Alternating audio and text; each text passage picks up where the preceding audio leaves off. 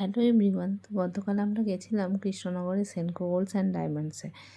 কারণটা ছিল আন্টির অ্যানিভার্সারি উপলক্ষে আন্টি একটা এখানে লোহার ব্রেসলেট নিচ্ছিল, মানে সোনায় বাঁধানো লোহার ব্রেসলেট, যেটা আন্টির বহুদিনের ইচ্ছে ছিল। আর আন্টি এখানে আমাকে বলছিল যে পরে দেখো কেমন লাগছে।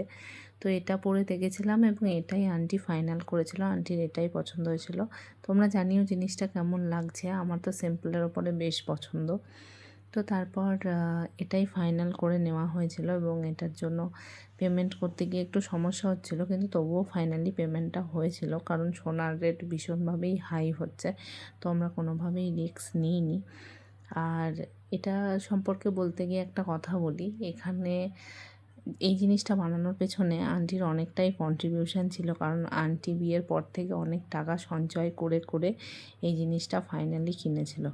তো এটাতে আন্টির একটা অন্য রকমেরই আনন্দ ছিল। তো যাই হোক, তোমাদের কেমন লাগলো অবশ্যই জানাবে।